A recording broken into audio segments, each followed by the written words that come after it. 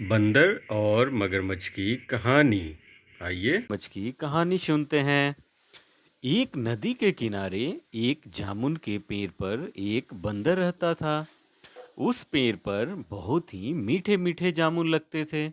एक दिन एक मगरमच्छ खाना तलाशते हुए पेड़ के पास आया। बंदर ने उससे पूछा तो उसने अपने आने की वजह बताई। बंदर ने बताया कि यहाँ बहुत ही मीठे मीठे जामुन लगते हैं और उसने वो जामुन मगरमच्छ को दिए। उसकी मित्रता नदी में रहने वाली मगरमच्छ के साथ हो गई। वह बंदर उस मगरमच्छ को रोज खाने के लिए जामुन देता रहता था। एक दिन उस मगरमच्छ ने कुछ जामुन अपनी पत्नी को भी खिलाए। स्वादिष्ट जामुन खाने के बाद उसने यह सोचकर कि रोजाना ऐसे मीठे फल खाने वाले का दिल भी खूब मीठा होगा, उसने अपने पति से कहा कि उस बंदर का दिल चाहिए और वो इसी जिद पर अड़ गई। उसने बीमारी का बहाना बनाया और कहा कि जब तक बंदर का कलेजा उसे नहीं मिलेगा, वो ठीक नहीं हो पाएगी। पत्नी की जिद से मजबूर हुए मगरमच्छ ने एक चाल चली और बंदर से कहा कि उसकी भाभी उसे मिलना चाहती है। बंदर ने कहा कि वो भला नदी में कैसे जाएगा। मगरमच्छ ने एक उपाय सुझाई और वो पीठ पर बैठ जाए ताकि सुरक्षित उसके घर पर पहुंच जाए।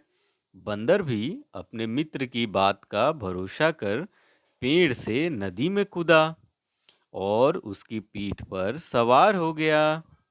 जब वे नदी के बीचों बीच पहुंचे, मगरमच्छ ने सोचा कि अब बंदर को सही बात बताने में कोई हानि नहीं होगी और उसने भेद खोल दिया कि उसकी पत्नी उसका दिल खाना चाहती है।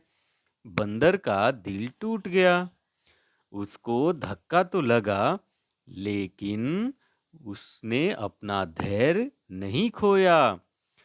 बंदर तपाक से बोला, "ओ मेरे मित्र, तुमने यह बात मुझे पहले क्यों नहीं बताई? क्योंकि मैंने तो अपना दिल जामुन के पेड़ में संभाल कर रखा है। अब जल्दी से मुझे वापस नदी के किनारे ले चलो ताकि मैं अपना दिल लाकर अपनी भाभी को उपहार में देकर उसे खुश कर सकूं।"